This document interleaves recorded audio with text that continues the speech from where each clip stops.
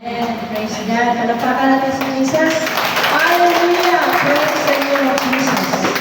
Hallelujah. It's good to be here and worship God with all of our heart because He is worthy of our worship.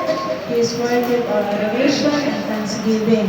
So every Saturday we have a service to glorify God. So hindi po tayo sa balista. Others think we are. We just choose this day kasi day off po ng mga staff bukas. So, every Sunday po yung day off natin. So, our topic of the Word of God today is about treasure in jars of clay. Praise God. Do you have your Bible? Amen. Treasures in jars of clay. Our Bible verse is in 2 Corinthians chapter 4 verse 7. 2 Corinthians chapter 4 verse 7.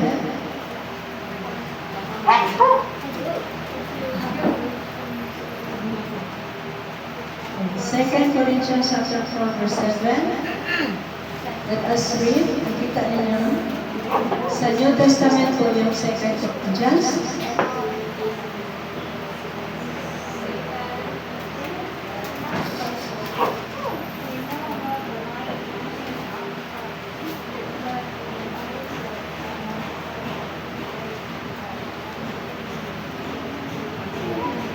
Okay, so I will read on. But we have these treasures in jars of clay to show that the surpassing power belongs to God and not to us. May the Lord bless His word. Let us pray for God's word. Oh Heavenly Father, we thank you so much for the awesome time to worship together with the brethren. Thank you, Lord, that you are glorified today and you have allowed us, oh God, empower us to come together to worship you. For you are the King of kings and the Lord of lords. You are worthy of our praise. You are worthy of our thanksgiving. You are worthy to be glorified, God, in our midst, Lord. And Jesus, I pray that you will speak forth the word today, O God, through the Holy Spirit. We ask you, Lord, Holy Spirit, that you will illuminate their words, O God, to give us a rhema word, O God, the revelation knowledge, O God. I pray that you will open us with our heart and mind, that we may be able, O God, to receive the word, O God, in our hearts and in our minds, O God, Lord. And that we would be able also to walk according to your will. This we ask and we pray in the mighty name of our Lord Jesus Christ. And the people of God will say, Amen. Hallelujah. We have this treasure in jars of clay. The Apostle Paul wrote 1st and 2nd Corinthians to the church of Corinth because they were being influenced by the pagan culture. Ano yung mga pagan culture? Pagan culture are those people who are not worshiping the true and living God, who are doing what they wanted to do, who are just they are filling up the cravings of their flesh, and they are even worshiping the creation rather than the Creator. So those are the pagan culture that surrounded them. This pagan culture surrounded the church in 1st and 2nd Corinthians. Yung Corinthians po, lugar po yun, that Apostle Paul started his ministry. So here we could see that sabi ni Apostle Paul that we have this treasure in jars of clay. The jars of clay it's speaking about us. Tayo po yung jar of clay. And the treasure represents Jesus in our lives. Yan po ang ibig sabihin ni Apostle Paul. So we have that surpassing power that belongs to God and not to us. So that said, Paul did not write out of hatred towards the Corinthians. He wrote to them to convict them. He wrote out of love. He had some writings in 1 Corinthians chapter 1 verse 10 to 11 and chapter 5 verse 1 and also chapter 10 verse 17. He corrected the Corinthian church. So he corrected, reprimanded them of what they are doing, which is not of God. So, but it does not mean that Apostle Paul have hatred amongst them. These are to convict their hearts. He wrote out of love and care of them. So, does this sound familiar to us? As modern day Christians, we aren't too far off the Christians in Corinth. We are in a broken world where the enemy has come to steal, to kill, and to destroy. Yan po ang ginagawa ng demonyo sa buhay ng tao. To steal their joy, to kill even other people, physically, literally, and to kill their dreams, and to destroy. To steal. Ninanakaw niya yung kaligayahan mo, ninanakaw niya yung mga asawa na may asawa, ninanakaw niya yung to steal, to kill, and to destroy everything that you are trying to save. So, we are in a broken world. We have an enemy, which is the devil. That is why it is necessary for us to read the Word of God. Kailangan natin magbasa ng salita ng Panginoon and be filled with the truth of God's Word. Without God's Word, we will go astray. Madali po tayong madala sa mga gawa ng demonyo. Madali po tayong madala sa kanyang mga ways. You will be schemed by Satan in different ways of life. The lust of the eyes, the lust of the flesh, and the pride of life. These are the three things that Satan had used even to Adam and Eve. Yung tatlo lang, binabalik-balik niya lang yan sa atin. So Paul was writing to the Christians in Corinthians. He was writing to the Christians in Corinthians, and he tried to convict their hearts to change their ways. In 1 Corinthians 1:10-11, he said, "Now I beseech you, brethren, by the name of our Lord Jesus Christ, that ye all speak the same thing, and that there be no divisions among you, but that ye be perfectly joined together in the same mind and in the same judgment." There was chaos faction among the Christian believers in Corinthians. That's why Apostle Paul urged them that they may be in one mind, focused on the Lord Jesus Christ and the teaching of Christ. Nagkakagulo po sila sa iba't ibang mga teaching na hindi totoo. So, dito po natin makikita how Apostle Paul pastored this church. For it had been declared unto me of you, my brethren, by them which are in the house of Chloe, that there are contentions among you. Ano yung contentions? Kaguluhan, nag-aaway, nagkakasira-siraan. Those are contentions that Apostle Paul had been trying to tell them. So,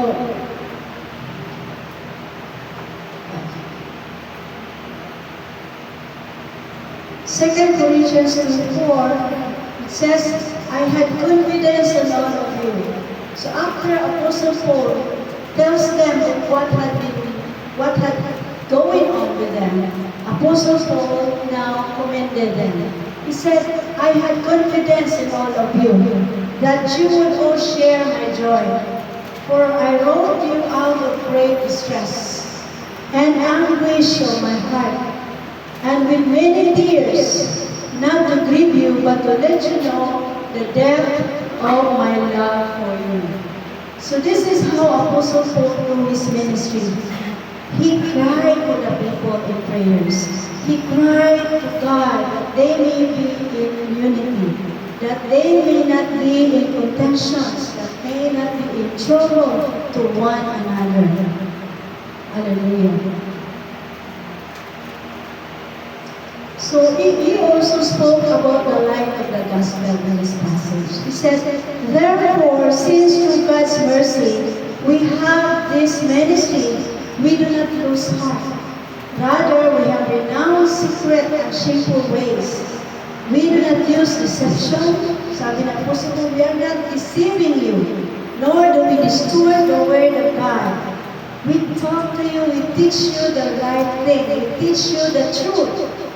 On the contrary, by setting forth the truth plainly, we commend ourselves to everyone's conscience in the sight of God. And even if our gospel is real, it is real to those who are perishing. So here in 2 Corinthians, Paul talks about the light of the gospel. He explains that as Christians, we are to proclaim the light being in Jesus Christ. So Jesus allows us to see and know the glory of God in 2 Corinthians chapter 4, verse 6. And we are to proclaim the light of Jesus in the darkness of the broken world. This world that we are living in is considered by God broken. Lahat ng klaseng patayan. No? One of our co-missionary, asawa niya last week, nagmotor lang, lumabas ng bahay, hindi na nakabalik. Nakita nung Monday, patay niya. You see how this world is so cruel. That any time of the day, somebody will kill you. So, magalit po ba kayo na nandito lang kayo sa loob? Maganda yata nandito lang kayo sa loob, safety. No? But, we know that in this world, there are a lot of demonic forces that are attacking us. So we need to pray, we need to have a relationship with Jesus Christ. And if we have a relationship, God would like us also to share the light to others. Amen? Share it to your family, to your children, that they need to serve God. He said that God of these days has blinded the minds of unbelievers so that they cannot see the light of the gospel that displays the glory of Christ, who is the image of God. For what we preach is not ourselves. We are not preaching ourselves, but Jesus Christ as Lord, and ourselves as your servants for Jesus' sake. Here, Apostle Paul explained to the Corinthian church, or the believers, and this can also applicable to us, that the true preachers are not preaching about themselves, but we are preaching about Jesus Christ, the light of this world. For your sake, we become your servant. So for God who said, let light shine out of darkness, made His light shine in our hearts to give us the light of the knowledge of God's glory displayed in the face of Christ. So in the Bible, when Apostle Paul says, we have the treasure in jars of clay, the treasure he is referring is the light of the gospel. And the message of Jesus and the glory of God, yun po yung treasure na meron tayo. So I could say to myself, and if you receive Christ in your heart, you are wealthy. Mayaman po kayo kung meron kayong Jesus sa buhay niyo. Mayaman po tayo kung tayo pa ay connected sa Panginoon because we have the treasure. God Himself is our treasure. So don't be discouraged of what is going on to your life. Because if you abide in Christ, sabi niya, if you abide in me, and my word abide in me. Ano ibig sabihin ng abide? If you obey me, if you go with me, and if my word go in your life, if you live the word that I have spoken to you, then you can ask whatever you wish and it shall be given to you. Yun po ang sikreto ng blessing. The secret of blessing is to be abiding in Christ. No? So we have the treasure, the message of Jesus and the glory of God reflected in Jesus Christ. Amen. So, why a jar of clay? A jar of clay, bakit tayo ginusto ni God na jar of clay tayo? A jar of clay is shaped and molded by a potter. Di ba may nagagawa niyan? Nakaganon, may ikot. Before being baked and refined in fire until the clay is hard. Ina-refine yun sa fire. No? Pinapainitan po yun. In ancient times, they were often used to hold things like sacred scrolls or valuable documents for safekeeping but only temporary. So, maganda man ang paggagawa ng jar of clay, but temporary lang po yun. Kahit anong ganda. Similarly with our life, we are like jars of clay. That anytime, our bodies will gone and vanish. Diba, sabi ko sa inyo, nag-motor lang asawa niya, husband niya, hindi na nakabalik, pagkakita, patay na. So, our body is temporary. Temporary lang po ito. So, we are referenced as a jar of clay to a few reasons. We like jars of clay having a temporary life here on earth. Temporary lang ang buhay mo dito sa mundo. And are easily broken and all made uniquely. Jars of clay are just like our earthly bodies in the sense that they are temporary holding places for treasure. So this life on earth is so short. Short lang po ito. Comparison to the eternity awaiting when you have Jesus Christ. So what Jesus can give to us? Eternal life. Sabi niya, I am the way, the truth, and the life. No one comes to the Father except through me. So when you connect yourself to Jesus, you are receiving that eternal life. Only Jesus can give you salvation, and only Jesus can give us eternal life. So, after this physical body will die, everyone will face judgment. And after we face judgment, you will go to two places. No? One is hell, and the other one is heaven. So according to your relationship with Jesus, if you have relationship with Jesus, then and you abide in His word, then you will go to heaven. Then you will have eternal life. But if you abide in yourself, sarili mo lang, sinusunod mo, or kamundong mga bagay ang sinusunod mo, then you are choosing it to go to hell. That is also eternal damnation. Eternal punishment. Non-stop na po yung punishment ko. At ma-feel mo talaga yung sakit ko. For eternity. Walang katapusan. So, this life on earth is short comparison to the eternity awaiting us. So, yun po ang dapat natin intindihin. So, James 4:14 says, we are not here to pursue worldly pleasures. So, tayo po mga tao, kailangan natin ma-assure ang ating sarili. We need to have assurance where I'm going when I die. We are not here to pursue worldly pleasures. Siguro, gusto mo yumaman, it's good to be wealthy, but kung kalimutan mo ang Panginoon, then you are heading to hell. But if you want to be wealthy and you have relationship with Christ, then win-win yung buhay mo. Ano yung win-win? Panalo ka dito, panalo ka pa doon. Di ba? Di ba maganda?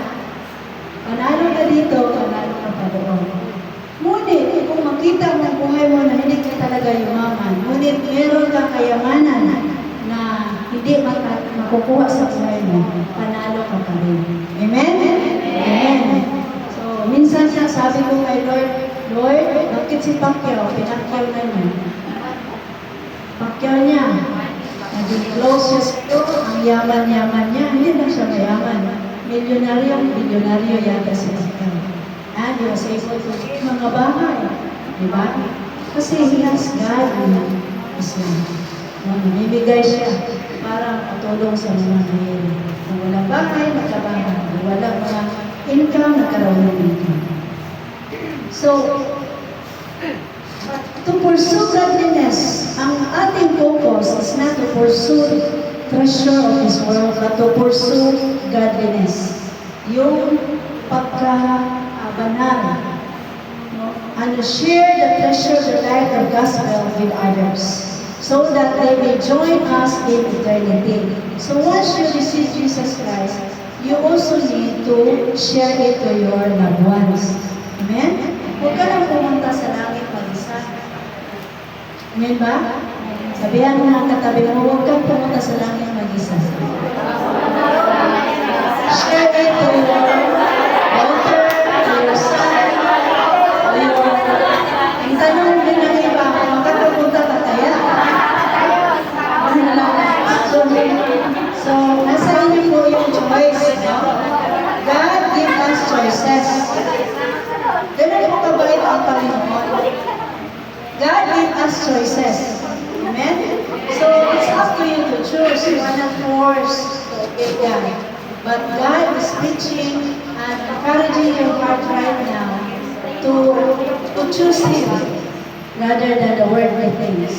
James chapter 4 verse 14, sa James chapter 4 verse 14, it says, why you do not even know what will happen tomorrow? What is your life? You are a mist that appears for a little while and then vanishes. So dito natin makikita that we really aren't here very long. When you consider how long eternity is, realizing that our bodies are a temporary place for the Spirit of God to dwell in should give a sense of urgency to share the same treasure we hold.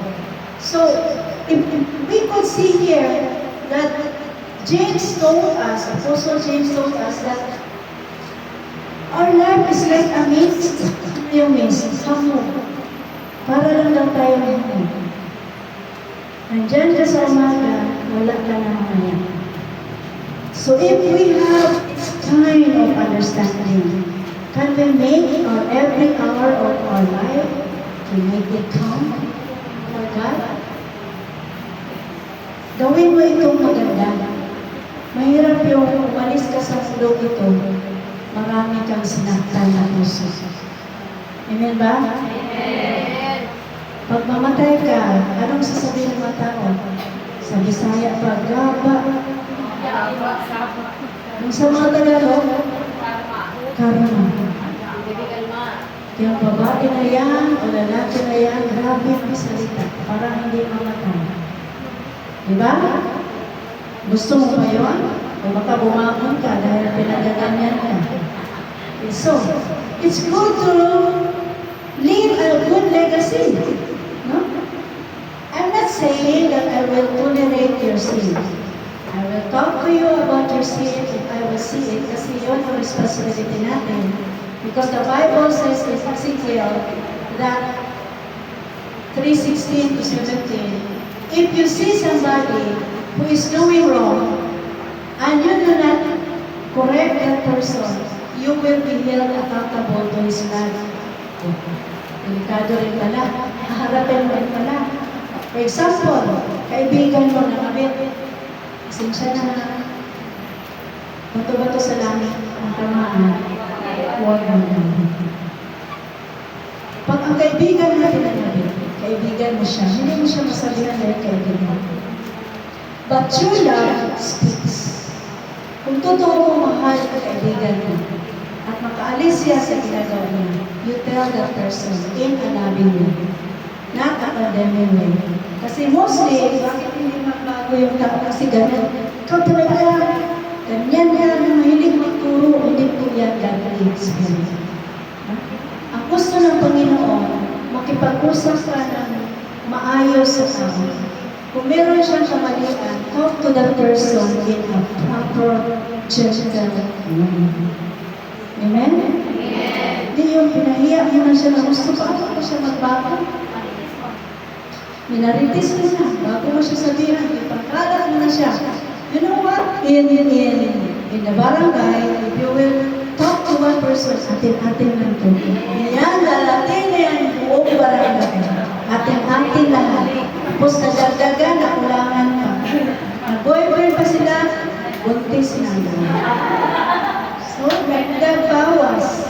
So, ngayon, we need to study God's Word and to obey God's Word. Kasi, even if you are not changing, if you are not transformed, hindi ka nagbabago sa ugali mo, what will you say in front of Jesus? Anong sasabihin mo sa harap ng Panginoon? God is just. Hindi po siya pwedeng mag-tolerate ng mali. Amen? But Jesus is very gentle. He's waiting for us to be transformed and to repent. No? Repentance, yung magbalik loob sa Kanya. Amen? So our life is very short. Like a mist, para lang hamog, sabi ng Bible. You are alive this morning, you might die this afternoon. You see? So, why not choose to please God? Why not choose what is rightful in the sight of God than doing the wrong things and regret later forever? So, I hope you learn that life is so short. Suot na ng short. Our life is short. Ito po ang punto short. Sabihan mo ang katabi mo, our life is short. Bago ka na. Bago ka na. Bago na tayo. Okay. Our life is short. So, ako na, I'm sad with people na magsalita. Grabe magsalita. No? Walang pakundangan. Kung magsalita, napaka-arrogante. Hindi niya alam. Sabihan siya ni God, you foolish man, you will die tomorrow. Sayang. Kagaya na isang tao. He tried to work 7 days a week, 24 hours a day. Wala na siyang panahon sa mga anak niya. Nagalit na mga anak niya. Halos kunting tulog na lang siya. No? Meron siyang iniwan pero kunting tulog kasi he wants to be a millionaire. Di ba nagtutok ako sa inyo niyan? Pero wag mo natin yung patayin ng sarili niyo. Amen? You need to take time to rest. So after 30 years, totoo naging millionaire siya. So, nakabili siya ng Rolls Royce. The most luxurious, one of the most luxurious car in USA. So, naging encouragement siya sa ibang tao. So, yung ibang tao, ayaw na rin nilang mag-ano, sige sila trabaho. Ang mga anak, wala na silang time, makipag-time magkain with the children, wala. Then, nung nakabili siya, that moment, that day, nag-drive siya, sabi niya, gusto niyo sumakay? Sabi niya, yung mga na-inspire sa kanya. Sabi nila, sige na, kasi trabaho na kami para magkagaroon kami ng ganyan. Hindi namin saya. We are inspired by your life. That day, nag-drive siya, he was enjoying, happy siya masyado.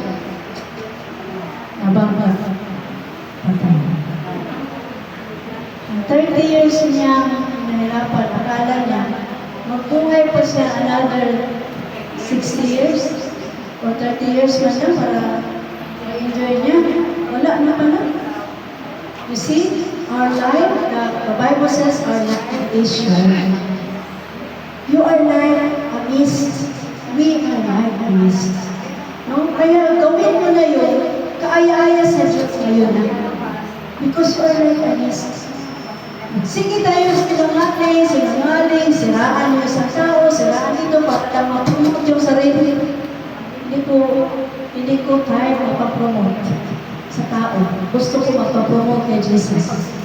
Kasi kung tapakan ko yung iba, siraan ko yung iba, para lang mag-promote ako, so sana punta ko.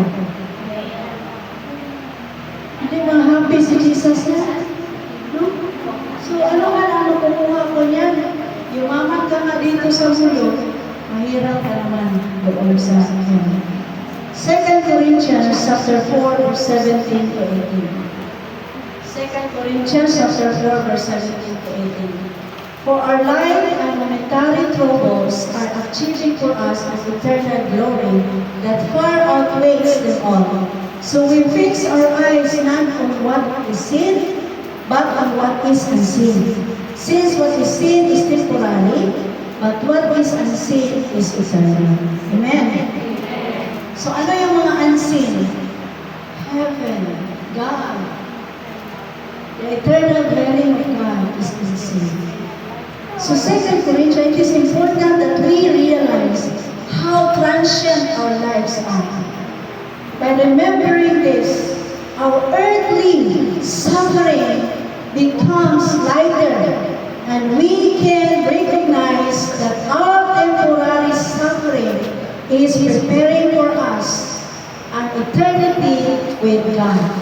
We may have suffering right now. We suffer. Alam niyo kung bakit may suffer ka rin? Dahil hindi mo na mapuntahan yung iskuhan. Suffer mo yung sarili mo. Dahil gusto mo yan noon. Hindi mo na mapuntahan yung sugalan. Because you want to obey God. And you feel you are suffering. But mind you, that whatever you sacrifice here on earth, hindi po sayang yan. God will give you a very glorious dwelling place na hindi po siya kagaya ng lugar at bahay dito sa mundo. I want you to have time, yung lalo na sa mga old-timers, mga old na tapos na sa mga demo. You have a lot of time. Basahin niyo ang Revelation at makikita niyo dyan kung anong mangyayari sa buong mundo at kung ano ang i-prepare niya para sa atin. Ano yung klaseng syudad na titirhan mo? Anong kamahal ng mga ginto, perlas at lahat ng mga precious stones na titirhan mo?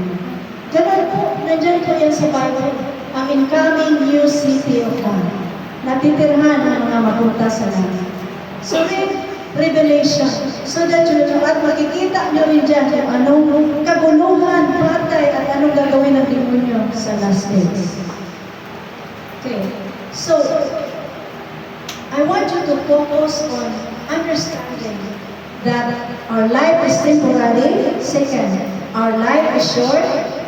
Next, we are easily broken. Madali lang po tayong masira. Just like a jar of clay. No? A jar of clay. Tingnan niyo yung jar of clay. Siguro ang ganda ng pagkagawa niyan, pinagpagura ng pattern. Pattern ang tawag sa nagagawa ng pattern. It takes a lot of time. Inano pa niya sa fire para maging ganyan. But what happened?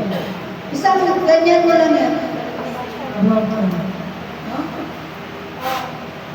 Marami po mga nagbibigta ng mga jars ng mga mamahalin. Magkano? 12,000, 10,000. Pero isang ganyan mo lang yun, basa na yung 12,000.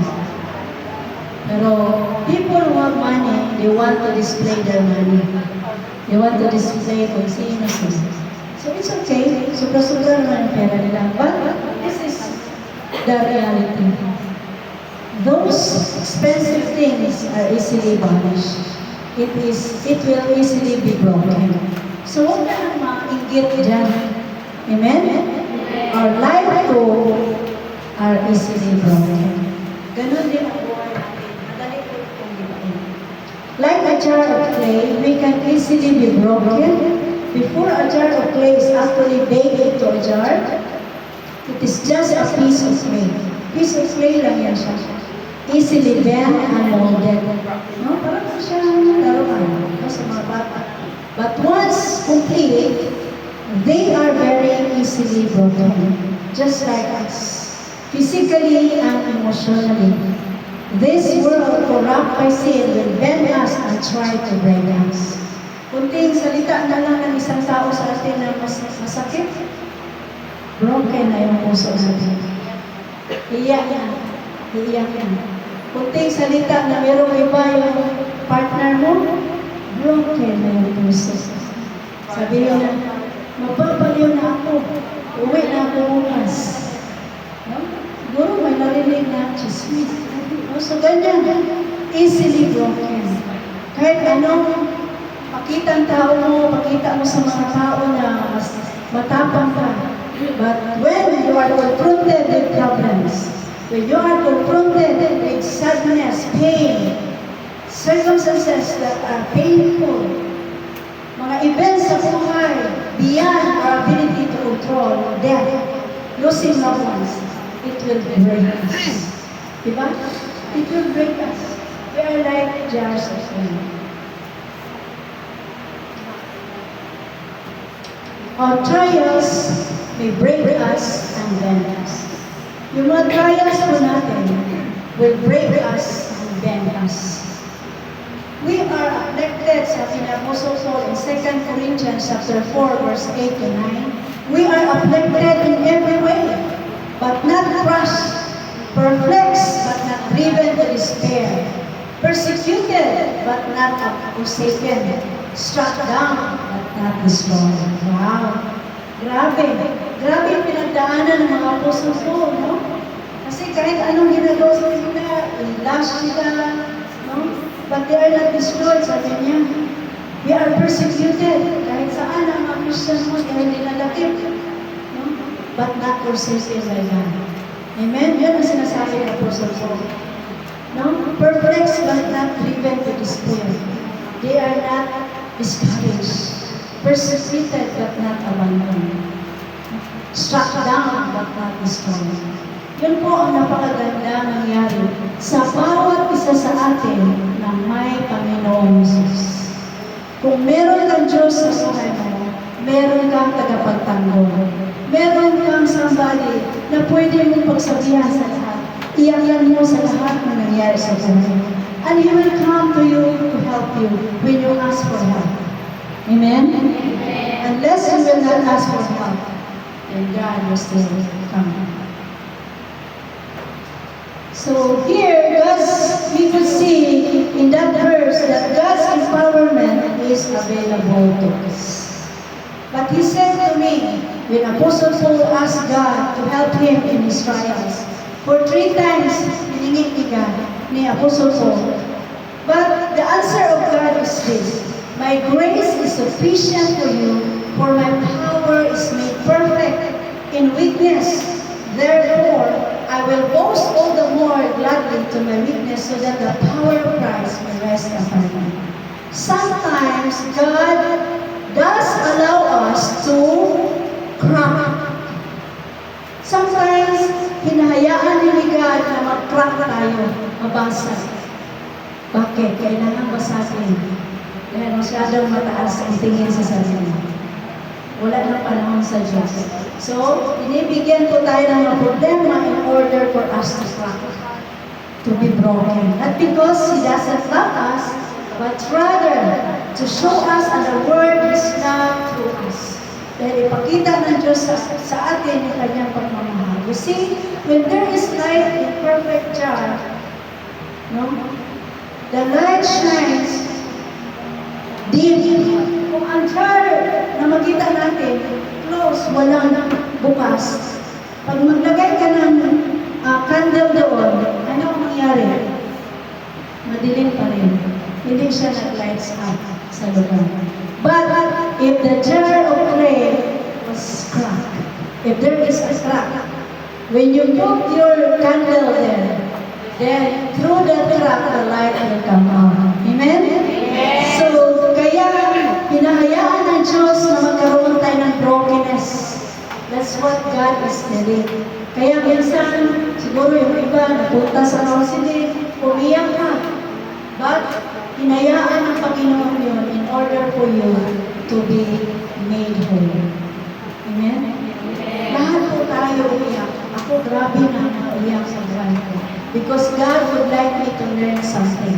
Amen? Amen. To learn something. To make myself humble in the sight of God. And to make myself humble to others. Dahil ang dami kong pinagdaanan, kung makita kita gumagawa ka ng masama, hindi ako makapag-judge sa iyo. Alam mo kung bakit? Mas masama pa yung nagawa ko sa iyo. Kaya hindi mo kaya mag-judge ng tao. Alam niyo ba yun? Wala po ako karapatang mag-judge. And every one of us has no right to judge people. Why? Because you are not perfect. Are you perfect? No. If you will say perfect, I will tell you everything who you are. Kung ano mga imperfectness mo. But I'm not because it's God's work in your life. No? Amen. Kaya maraming mga gumagawa ng kasamaan, hindi ako mag-judge sa iyo. Because God has His own timing to change your life. Makinig ka lang sa salita ng Panginoon, magbabago ka rin, darating din. Hindi po instant ang pagbabago, kapatid. And I cannot tell you na magbago ka na ngayon. No, I don't have the right to do that. God never do that to us. God never do that na kailangan magbago ka ngayon. No, how can you say that? God never even tells you that kailangan mo magbago ngayon. No. Did you experience counseling? Did I tell you magbago ka na ngayon? Be a model. Ganun lang sa sabihin ko sa'yo.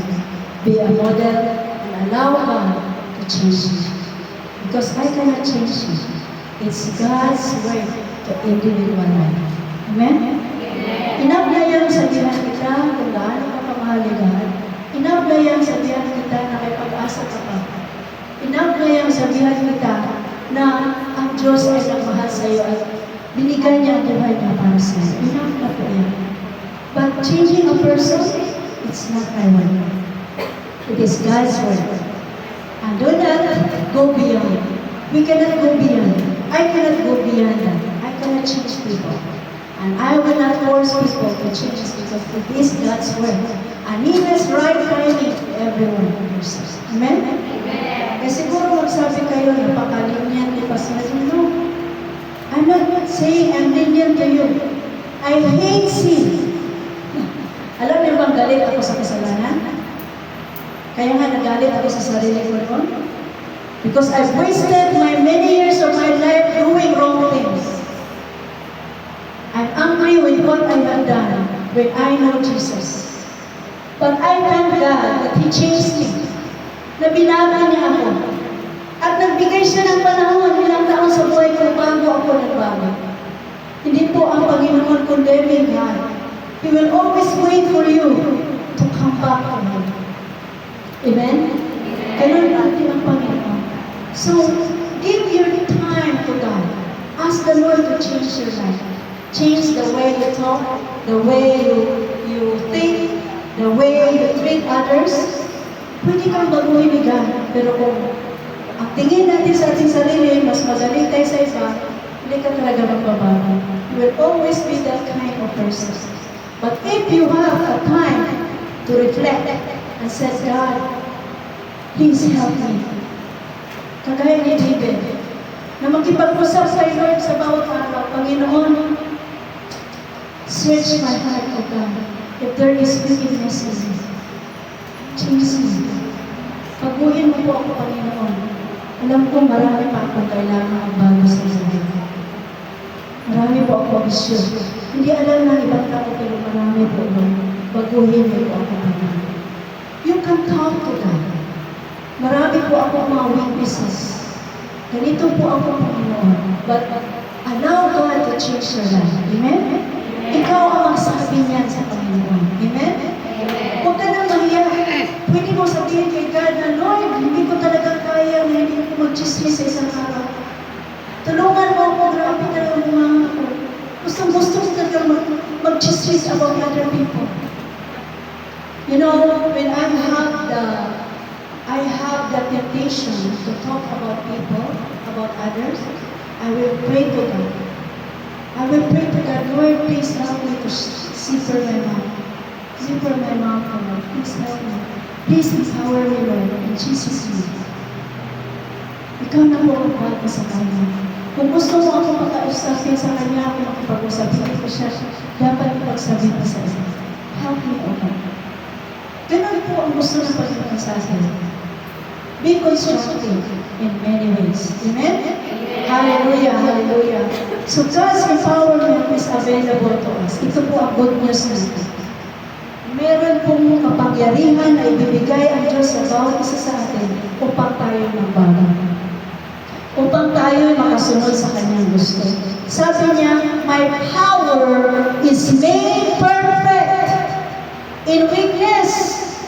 In your weakness, sa iyong kahinaan, ang aking kapangyarihan ay perfect tumawag ka lang sa Kanya. Amen? Tumawag ka lang, pag nag-isip ka na ng masama, meron ka lang gustong suntukin, Jesus, Lord, help me. Gusto ko na siyang suntukin. Panginoon, hawakan mo po ang kamay ko. Huh? Yung iba, magsabi, pwede pa itong gamitin ba? Kasi nung nabotis mo nga ako, hindi ito sinali. Ano na ako pabotis mo? Pwede pa daw niyang panuntok yung dito? Wow. Nakakatakot yung ganun. Diba? Joke lang yun. So, terrifying that we are allowing ourselves to do wrong things. Part of our body. Sabi ni Jesus, if we use part of our body to commit wrong, mabuti pa putulin mo na yung partner. But, hindi madali, no? But it's Christ, yun ay parabol ni Jesus. He wants you to stop doing it. Stop and offer the parts of your body to Him. Lord, hawakan mo itong kamay na to. Lord, hawakan mo itong bungangan na to. Cleanse my mouth. Cleanse my heart. Cleanse my thoughts. Kasi palagi na lang ako nag-iisip ng mali sa ibang tao. Bakit kaya puno ng mga mali ang tingin mo sa mga tao? Bakit kaya? Sabi ni Jesus, out of the abundance of your heart, your mouth speaks. Kung ano nakapulong sa iyong puso, yun ang lumalabas. So, ingat po tayo dyan.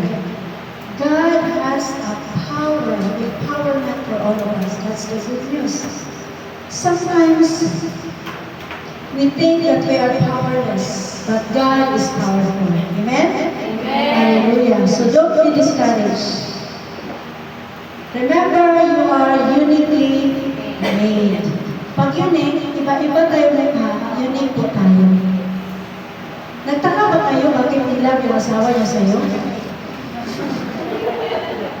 Ako rin, huwag ko kasi ng asawa ko. Nagtataka din ako.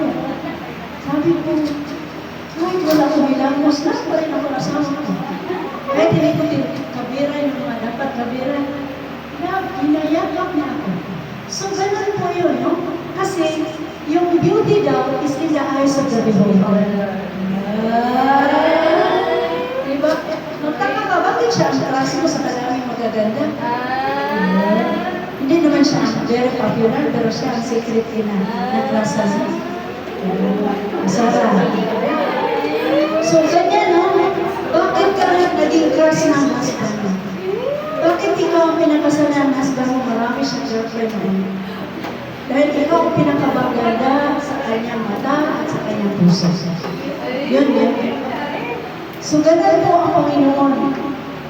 Ang Panginoon po nakatingin sa bawat isa sa atin. At ang tingin niya sa atin ay mga prinsesa ang mga mukha natin. Dahil mahal na mahal tayo ni God. No, si Sarah, prinsesa. Si Eliasa. No, lahat. Hindi kayo prinsipe. Prinsesa kayo. No? Sa paningin ni God, prinsesa po ang bawat isa. Puro tayo babae dito, di ba? Yes! Huwag magalit. No? Lahat na tayo babae. Yes! At I know, meron pong mga struggles sa iba. Amen. I'm not giving condemnation to that. You have your own struggle. Makipag-usap sa kay God na. Amen? Amen. Wala akong condemn sa iyo. I will not condemn you because it's God who knows you. And who knows your struggles. No? Because there are some scientific explanations to that. Bakit yung pinsan ko, maliit pa lang siya, 9 years old, ang kanyang boses, basta na talaga. Na-shock talaga ako. Nung ako sa kanila, nag-bisita ako sa kanila, sabi niya, hey, auntie, ha? 8 or 9. Bakit ganyan ang boses mo din? Lagi ka man.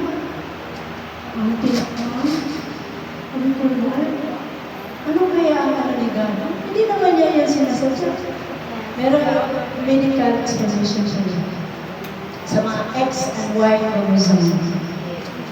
Kalabo-labo po doon. So, si doktor na magsabi sa inyo, kung we are uniquely made, merong sumubra po. Kaya po, ganun. But God can change you and put you back to who you are. Amen? Because we are all unique. We are loved by God. Amen? Mahal po tayo ng bawat isa. Do you believe, Sharamay, that you are loved by God? Amen. Riasa, do you believe? Amen. Sis Jenny Lee? Amen. So lahat po ay mahal ng Panginoon.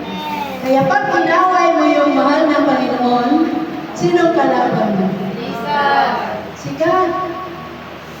Pag i-criticize mo yung mga mahal ni God, sino kalaban mo? Si God pa rin, isa siya gumawa ng tao na yan. Kaya ingat po tayo sa ating mga sinasabi. In Psalms 139, verse 13, it says, if I'm not mistaken, it says, you are wonderfully, uniquely created by God. Wow! What is that word? Mas unique ka. Kaya huwag ka magsabi na sila lang ang maganda. Maganda ka. Of course. Amen? Amen. May mo talagang taong pagtingin sa'yo ay love sa'yo. Kaya maganda ka kasi. Amen. You are unique individual. So itong mga jars of clay, they are created by one person pero iba-iba ang form. But still, they are jars of clay. Amen? So, ganun po ang gusto ng Panginoon. So, society tells us all kinds of lies. Meron po mga lies ang society sa atin kung sino tayo. This world says we need to look a certain way, act a certain way, be successful in this way, or be a certain type of person. But the Bible is clear in explaining who we are. Alam po natin yun. By calling us jars of clay, Paul makes it clear that we are all unique. We are all unique individual. Meron ibang tao sa ay, ganito yun. Alam mo, ganyan, ganyan. Sundin mo si ano, si maganda. Bilhin mo rin yung damit niya. Hindi na kailangan. Amen? Amen. Bumili ka ng gusto mo. You are unique. You are a person of who you are. You do not need to copy people. Amen? Amen. Conclusion na po. So, remember that you and I are jar of clay. Amen. You hold treasure, which is Jesus Christ Himself. And we're created to share the treasure with others. Be confident of who you are and how you are created. Be confident. Our God is an artist who made you with a great purpose and beauty in mind. Amen.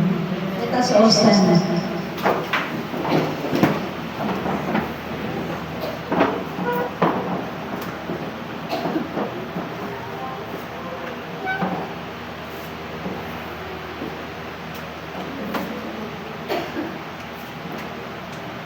Praise the name of Jesus.